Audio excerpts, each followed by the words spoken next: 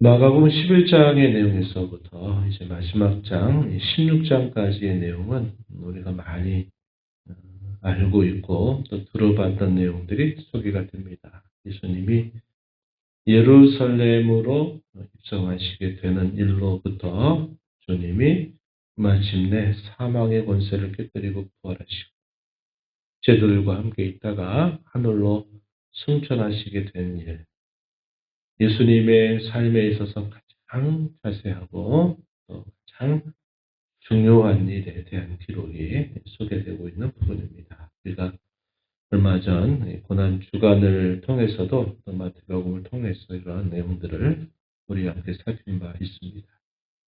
우리가 읽는 내용은 예수님께서 예루살렘으로 입성하신 일을 기록해 주고 있습니다. 당시 때는 유대인들의 명절 6월절이 가까이 다가오고 있는 때였다. 이렇게 알려져 있습니다. 바울 사도는 훗날 예수님에 대하여 뭐라고 소개하느냐. 구약에 예언된 말씀을 바탕으로 해서 예수께서는 6월절 어린 양으로 우리를 위하여 죽으셨다 하는 사실을 말해 주고 있습니다.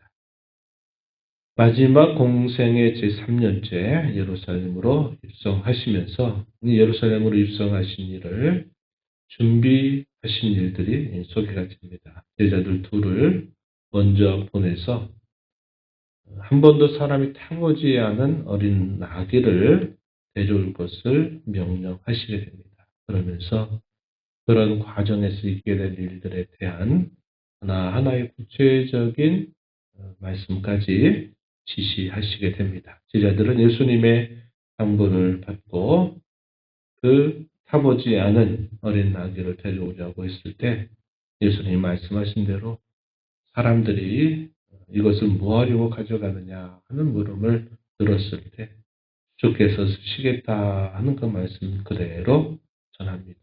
그러자 그것을 그대로 내주는 그런 일이 있게 되고요. 예수님 마침내 이 어린 나귀 새끼를 타고 예루살렘으로 천천히 입성하시게 되는 과정이 소개가 되고 있습니다. 사람들은 자신들이 입었던 겉옷 그리고 들에서 벤 나무까지 즉 종려나무를 예수님이 가시는 길에 하나씩 꺾어서 자신들의 겉옷을 벗어서 그 길 앞으로 이렇게 펴고 앞에서 뒤에서 수행하시면서 호산나 호산나 외치면서 예수님이 예루살렘에 올라가시는 그 과정들을 그들이 수행하게 됩니다. 이것은 이미도 선지자들에 의해서 예언되었던 그 말씀이 이제 자신들의 눈앞에 이루어지고 있다는 사실들을 그들이 알면서 자연스럽게 이런 일들이 이루어진 일임을 우리가 보게 됩니다. 하지만 이제 안타까운 것은 뭐냐면 이렇게 예언된 이 말씀들이 그들의 눈앞에서 성취되고 있는 것을 보면서 예수님이 말씀하셨던 그 내용들에 대해서는 제자들 자신들도 그 말씀을 이렇게 잊고 있는 상태였고 또 대다수의 많은 사람들이 예수님이 예루살렘에 오르시는 이 사건을 매우 특별한 사건으로 여기면서도 여전히 그들의 생각은 전혀 다른 그런 생각을 가지고 그 일을 수행하고 또 목격하는 일들에 함께하고 있었다는 것입니다. 예언의 말씀은 예언되었고 그 예언된 말씀은 이제 그들의 눈앞에서 성취되는 그런 상황 속에 있지만 그 내용이 무슨 뜻을 담고 있는지 그것에 대해서는 여전히 깨닫지 못하고 있는 이 사람들의 모습을 그대로 보여주고 있습니다. 예수님께서는 로마의 개선장군이나 로마의 가이사와 같은 그런 권력을 이제 사람들 앞에서 인정받고 사람들이 그런 권력으로 더 큰 권력을 가지고서 그것을 다스리는 그런 방식으로 예수님은 그의 나라를 세우지 않으셨다 하는 것은 우리가 계속 읽어본 복음서를 통해서 잘 확인하고 있는 내용이 되겠습니다. 그분은 겸손히 나귀를 타시고 금손 예루살렘으로 오르시면서 하나님의 나라, 영적인 나라, 보이지 않는 나라, 그러나 가장 근본적인 변혁을 이루시는 그런 나라를 이제 구체적으로 세워가시기 위해서 예수님은 예언을 따라서 이런 일을 그대로 순종으로 응답하시는 모습을 보여주고 있다 한 겁니다. 이렇게 예루살렘으로 올라가는 시간들은 상당히 많은 시간들이 걸렸을 겁니다. 당시에 유월절 명절을 지키기 위해서 순례자의 여정을 또 걸어온 많은 사람들도 있었고, 또 예수님이 가는 곳곳마다 수없이 많은 무리들이 따라다니는 그 일로 인해서 예수님이 예루살렘에 올라가시는 그 걸음은 매우 천천히 이 일들이 진행이 됐을 겁니다. 마침내 예루살렘에 이제 들어가신 예수님은 이 예루살렘의 여러 모습들을 유심히 살펴보시고 난 다음에 이제 제자들을 데리고 날이 저물면서 이제 다시 가까운 이 베다니 쪽으로 제자들을 데리고 내려오십니다. 그리고 다음날 하루가 지난 다음에 오늘 우리가 읽은 본문 12절 이하에 보면 이제 우리가 소위 월요일날 있었던 대표적인 사건 두 가지였죠. 하나는 무화과 나무를 저주하신 일에 대한 기록, 또 그것을 통해서 예수님이 깨닫게 하시는 가르침, 그 내용이 소개가 되고요. 그리고 또 하나가 했던 중요한 일이 바로 이 성전을 정화하시는 그 사건에 대한 기록입니다. 그 내용이 오늘 우리가 읽은 19절 말씀까지 쭉 소개가 되고 있어요. 19절. 그리고 그 다음 날에 무화과 나무가 마른 그 사건을 보고 나서 제자의 물음에 대해서 예수님이 대답하시는 그런 내용들이 26절까지 쭉 이어집니다. 이것이 월요일날 있었던 대표적인 두 가지 사건으로 우리가 기억하고 있는 부분이죠. 무화과 나무를 교훈하신, 저주하신 이 사건은 그 시작은 참 기이한 예수님의 행동을 통해서 시작이 됐지만 그 무화과 나무의 저주 사건은 결국은 오랜 역사 속에서 하나님의 백성들이 하나님이 기대했던 그 삶의 열매가 없는 그러한 이스라엘을 책망하시고 돌이킬 것을 촉구하시는 그런 내용이 담겨있는 사건이었다 하는 겁니다. 무화과 나무는 이스라엘에 있어서 매우 흔하게 있는 나무이고 때로는 이 무화과 나무는 이스라엘 전체를 대표하는 그런 상징적인 뜻을 담고 있기도 했습니다.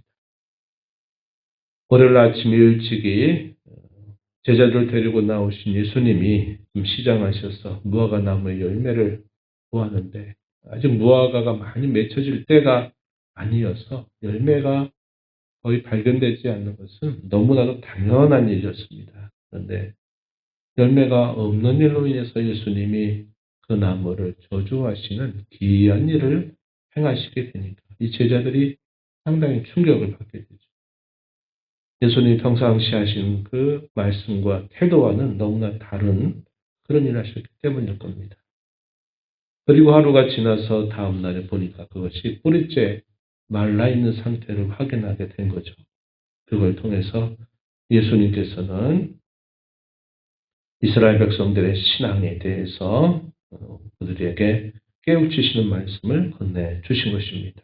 그리고 이어서 성전에 들어가시자마자 예수님은 채찍을 들어서 그 성전 안에서 매매하고 있는 사람들, 돈 바꾸는 자들의 상, 또 비둘기 파는 자들의 의자를 엎으시면서 사람들로 하여금 그 일하지 못하도록 막으시는 일을 하시는 겁니다. 그러면서 구약에 있는 말씀 두 곳을 인용하셨어요. 하나는 예레미야 7장 11절에 있는 말씀입니다.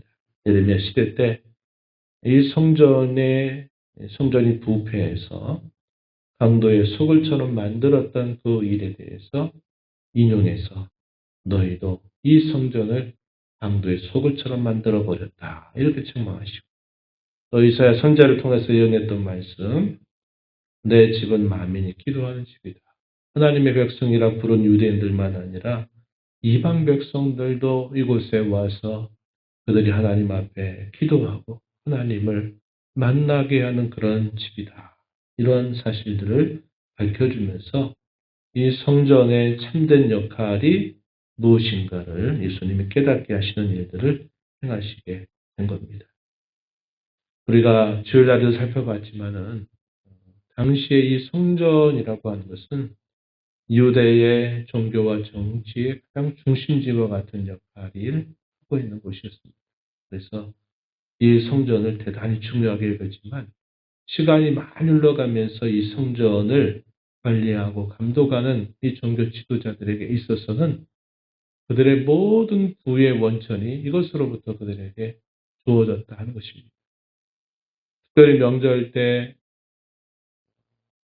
이스라엘 전체 땅에서 그곳마다 가족들 중심으로 해서 먼 순례정을 떠나서 예루살렘으로 올라올 때는 또 그들이 희생의 제물을 가지고 머나먼 길을 올라올 수 없기 때문에 대다수 그들이 돈으로 바꾸어서 왔다가 이 성전에서 그 돈으로 희생제물을 사서 바꾸는 일들이 허용되었던 일들인데 이런 일들 속에서 이 판매하는 사람들과 이 성전을 관리하고 강국하는 사람들 사이에 암묵적인 그런 거래 이런 것들이 일어나면서 사람들은 그냥 의당 그런 줄 알지만 그 내면을 속속들이 알고 지켜보신 예수님은 그 안에서 이루어지는 이 종교라고 하는 이름 그리고 경건이라고 하는 그 껍데기 안에서 벌어지는 이 부패하고 또 온갖 욕심들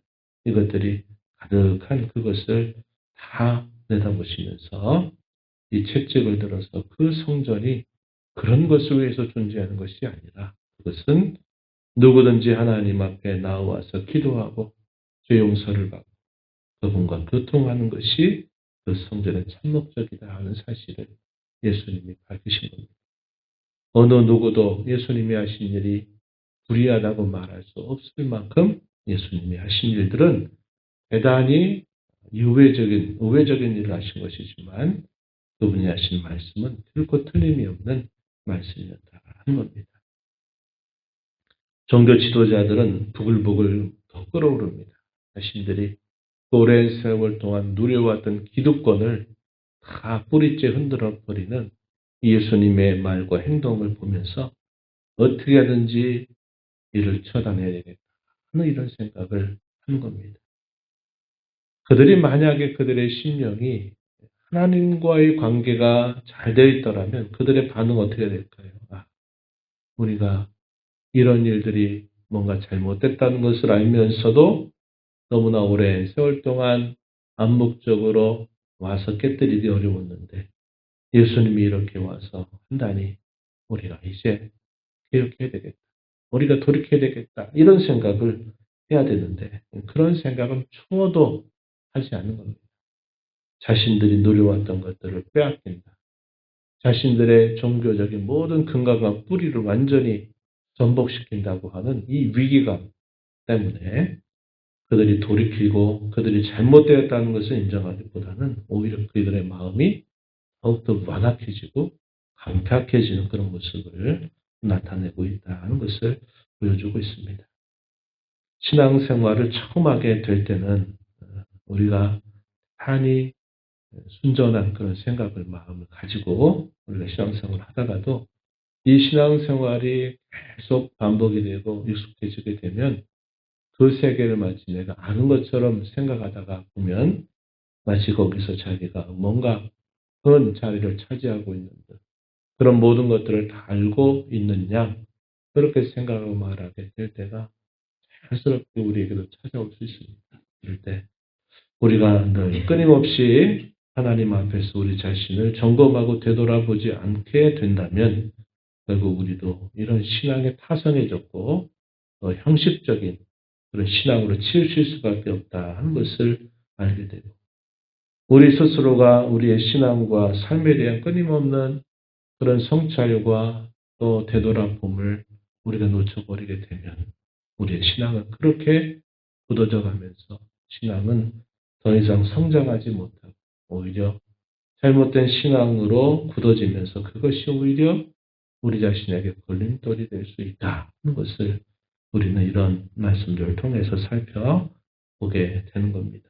오늘 저와 여러분 이 말씀을 보면서 저와 저희의 마음을 성전으로 삼으시고 하나님께서 거주하시는 그러한 성전이 되었다 하는 사실들을 기억하면서 우리 자신과 또 우리의 마음, 또 우리가 함께 이루어가는 우리의 교회가 하나님 앞에서 우리 자신들을 제대로 되돌아보고 또 열매 맺는 참신앙, 하나님 앞에 진심으로 깊은 신앙으로 나아가게 되는 저와 여러분이 되기를 진심으로 바랍니다. 하나님 아버지 감사합니다. 지난밤에도 저희에게 힘을 주시고 이 새벽 시간 저희들을 깨워주셔서 오늘도 주님의 말씀을 통해서 저희들을 구원하시고 저희들을 고쳐 새롭게 하시며 저에게 영생을 주시려고 하나님 나라에 저희들을 살게 하시려고 예수님이 이 죽으심과 고난의 걸음을 향해서 예루살렘으로 입성하신